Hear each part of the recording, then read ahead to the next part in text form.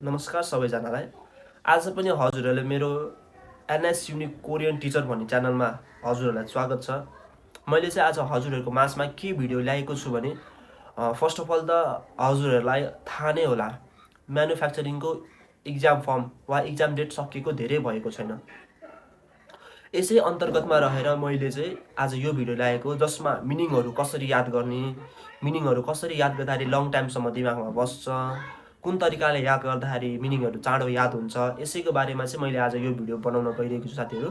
First of all त यो भिडियोमा मिनिङहरू कसरी याद गर्ने भन्ने कुराहरू मैले मेरो आफ्नो पर्सनल व्यक्तिगत लाइफमा भोगेको कुराहरू नै हो। मैले आफ्नो व्यक्तिगत पर्सनल लाइफमा कोरियन भाषा पढ्दाखेरि यिनै तरिकाहरूलाई अपनाएर मैले मिनिङहरू याद गर्थेँ। त्यही मिनिङहरूलाई मैले आज भिडियो मार्फत हजुरहरूको माझमा ल्याएको छु, जसले जुन तरिका मैले अपनाएँ ती तरिकाले हजुरहरूलाई केही मात्रामा सहयोग हुन्छ कि भन्ने आशा राखेर मैले यो भिडियो बनाएको छु साथीहरू। अब साथीहरू ढिला नगरिकन भिडियोतर्फ लागौँ है त।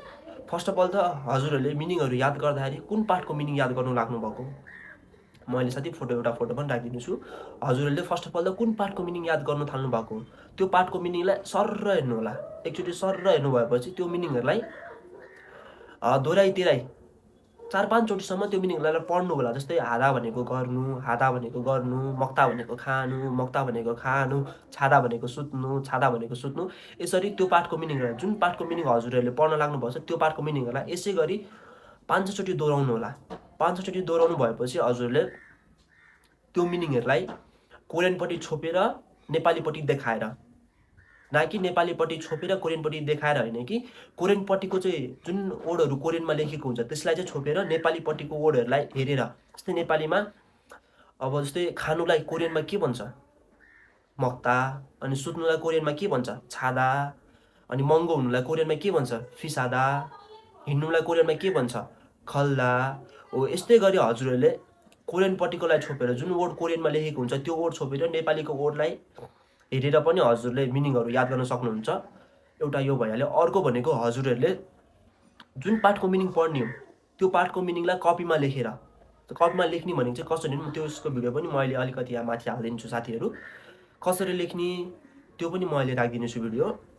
कपीमा लेखेर पनि हजुरहरूले मिनिङहरू याद गर्न सक्नुहुन्छ। जस्तै कपीमा लेख्दाखेरि चाहिँ हादा, हादा भनेको गर्नु, हादा भनेको गर्नु, मक्ता भनेको खानु, मक्ता भनेको खानु, खादा भनेको जानु, खादा भनेको जानु, फिसादा भनेको महँगो हुनु, फिसादा भनेको महँगो हुनु।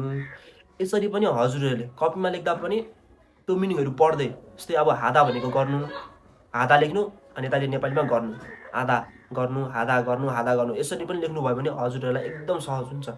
अनि अर्को भनेको हजुरहरूले मिनिङ पढ्दाखेरि भिजुअलाइजेसन, जुन मिनिङहरू हुनुहुन्छ नि, जुन मिनिङहरू पढ्नुहुन्छ, अब कोरियनको सबै मिनिङहरूको त भिजुअलाइजेसन गर्न सकिँदैन। जुन यदि भिजुअलाइजेसन गर्न सक्ने मिनिङहरूको हजुरले भिजुअलाइजेसन गर्नु होला। त्यो जुन मिनिङको भिजुअलाइजेसन गर्न सक्छ त्यो मिनिङलाई आफ्नो दिमागमा भिजुअलाइजेसन गरेर स्टोर गर्नु होला। जस्तै जस्ट लाइक हजुरहरूलाई म यस्तो यो एउटा इक्जाम्पलै दिन्छु। जस्तै अब हामीले काठमाडौँ सहरभरिमा त हामीले प्राय ठाउँमा जाँदा आकाशे पुल देखिरहेको हुन्छ नि त साथीहरू। आकाशे पुल देख्ने बेला जस्तै त्यो पनि एउटा भिजुअलाइजेसन जस्तै भनौँ न, आकाशे पुल देखिरहेको हुन्छ नि त। आकाशे पुललाई जस्तै अब हामीले कोरियनमा एकचोटि युक्यो भनेर पढ्यो, युक्यो भनेको आकाशे पुल हो नि त।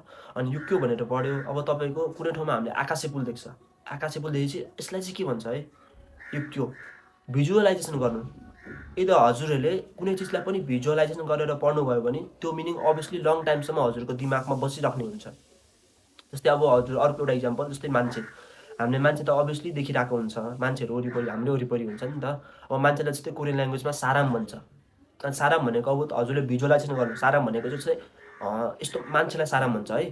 त्यसरी भिजुअलाइजेसन गरेर पढ्नुभयो भने चाहिँ हजुरलाई एकदम सहज हुन्छ। अनि अर्को भनेको हजुरहरूले कुनै मिनिङहरू चाहिँ के हुन्छ भने जति पढ्दा पनि कुनै मिनिङहरू हजुरको भिजुअलाइजेसन गर्न मिल्दैन नि त। अनि त्यो मिनिङहरू जति पढ्दा पनि खालि बिर्स्या गर्ने हुन्छ।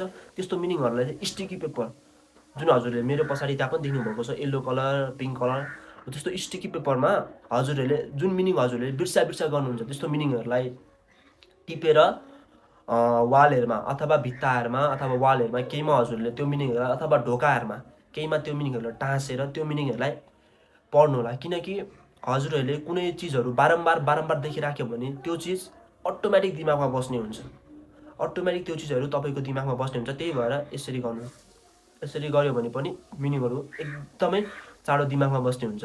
अनि तपाईँहरूको अर्को भनेको मेन पोइन्ट भनेको रिभिजन। कोरियन ल्याङ्ग्वेजमा चाहिँ तपाईँको मिनिङहरू पढ्दाखेरि रिभिजनले एकदम ठुलो भूमिका खेल्छ साथीहरू। यदि हजुरहरूले पढेको मिनिङ रिभिजन गर्नु भएन भने त्यो मिनिङ हजुरहरूले अभियसली बिर्सिनुहुन्छ, किनकि यदि कुनै पनि चिज हामीले पढेपछि त्यो चिजलाई हामीले रिभिजन गरेन, त्यो चिजलाई हामीले फेरि पढेन वा रिभिजन गरेन भने त्यो चिज हामीले अभियसली बिर्सिन्छौँ। त्यही भएर हजुरहरूले जस्तै आज बिहान हजुरहरूले सपोज कुनै मिनिङ बुककै 2वटा पेजको मिनिङ पढ्नुभयो, सपोज मानौँ 2वटा पेजको मिनिङ पढ्नुभयो, त्यो मिनिङहरूलाई हजुरले साँझतिर वा रातितिर त्यो मिनिङलाई फेरि हजुरले एकचोटि रिभिजन गर्नु होला, रिभिजन गर्ने कोसिस गर्नु होला। हेरेरै हुन्छ के हुन्छ त्यो मिनिङलाई रिभिजन गर्नु होला। त्यसपछि त्यसरी गरेपछि अनि आज त भोलिपल्ट पनि हजुरले अरू मिनिङहरू पढ्नु सट्टो हजुरले अरू मिनिङहरू पढ्नुभन्दा अगाडि आज हिजो के पढेको थियो, हिजो पढेको मिनिङहरूलाई हजुरले रिभिजन गर्ने कोसिस गर्नु होला। हिजो पढेको मिनिङहरू रिभिजन गर्नुभयो भने त्यो मिनिङहरू दिमागमा बस्ने हुन्छ, किनकि हजुरले कुनै पनि चिजलाई पढेपछि त्यो चिज रिभिजन गर्नु भएन भने तपाईँको दिमागले त्यो चिज बिर्साइदिन्छ। त्यो चिज हजुरले त्यो चिज यसलाई यो चिज काम रहेन रहेछ भनेर दिमागले त्यो चिजलाई अटोमेटिक डिलिट गरिदिन्छ। त्यही भएर हजुरले कुनै चिज पढ्दाखेरि त्यो चिजलाई रिभिजन गर्ने बानी बसाल्नु होला। रिभिजनले चाहिँ कोरियन ल्याङ्ग्वेज एकदम ठुलो भूमिका खेल्छ साथीहरू। अनि त्यो भइहाल्यो। यसरी गर्नुभयो भने चाहिँ हजुरहरूलाई मिनिङहरू याद गर्न एकदम सजिलो हुन्छ। अब जस्तै गरी अर्को कुरा साथीहरू, अब म पनि कुनै कोरियन टिचर त होइन, म पनि हजुरहरू जस्तै स्टुडेन्ट हो, म पनि अहिले पढिरहेको छु। मैले यो भिडियो चाहिँ किन बनाएको भने साथीहरू, मैले मेरो आफ्नो लाइफमा आफ्नो व्यक्तिगत जीवनमा मिनिङहरू कसरी याद गरेको त्यो कुराले चाहिँ हजुरहरूलाई केही मात्रामा सहयोग हुन्छ कि भन्ने आशाले चाहिँ यो भिडियो बनाएको हो। अनि अर्को भनेको हजुरहरूले चाहिँ के गर्नु भने कोरियन ल्याङ्ग्वेज पढ्दाखेरि कोरियन ल्याङ्ग्वेज एकदम इन्ट्रेस्टिङ तरिकाले पढ्नु होला। जस्तै अब सपोज मैले हजुरहरूलाई एउटा इक्जाम्पल दिएँ, हजुरहरूले कुनै फिल्म हेर्नुहुन्छ, हजुरहरूलाई त्यो फिल्म हेर्दाखेरि हजुरले त्यो फिल्ममा एकदम इन्ट्रेस्टिङ तरिकाले नि त रुचि जनाएर त्यो फिल्म हेरिरहेको हुन्छ नि त। अब त्यो फिल्म हेर्दाखेरि हजुरले त्यो फिल्म हेरिसक्नु भएपछि हजुरलाई त्यो फिल्मको कहानी कसैले सोध्यो भने हजुरले म्याक्सिमम त्यो फिल्मको कहानीहरू सबै भन्न सक्नुहुन्छ। त्यस्तै गरी कोरियन ल्याङ्ग्वेज पढ्दा पनि कोरियन ल्याङ्ग्वेजलाई हजुरले इन्ट्रेस्टिङ जगाएर एकदम इन्ट्रेस्टिङ तरिकाले अल्छी नमानिकन इन्ट्रेस्टिङ तरिकाले पढ्नुभयो भने चाहिँ मिनिङहरू एकदम छिटो याद हुने हुन्छ साथीहरू। अनि मैले साथीहरू यसमा भनेको टिप्सहरू भनेको एउटा भनेको जुन पार्टको मिनिङ पढ्ने हो त्यो पार्टको मिनिङहरूलाई 5चोटि दोहोऱ्याइ पढ्नु, अर्को भनेको कपीमा लेखेर पढ्ने बानी बसाल्नु, अर्को भनेको मिनिङहरूलाई भिजुअलाइजेसन गर्न सक्ने मिनिङहरूलाई भिजुअलाइजेसन गरेर पढ्नु, अर्को भनेको स्टिकी पेपरमा लेखेर जुन मिनिङ हजुरहरूले बिर्सा गर्नुहुन्छ त्यो मिनिङहरूलाई स्टिकी पेपरमा लेखेर वालहरूमा टाँस्नु, अर्को भनेको हजुरले मिनिङहरू पढिसकेपछि त्यो मिनिङहरूलाई जस्तै आज पढेको मिनिङलाई साँझमा वा भोलिपल्ट त्यो मिनिङहरूलाई रिभिजन गर्नु। यसरी गर्नुभयो भने साथी म 100% ग्यारेन्टीको साथ भन्छु, यसरी गर्नुभयो भने चाहिँ एकदम साथी मिनिङहरू कन्ठ हुने हुन्छ, मिनिङहरू याद हुने हुन्छ। हस् त साथी, आजको लागि यति नै video. See you in next video. Bye by.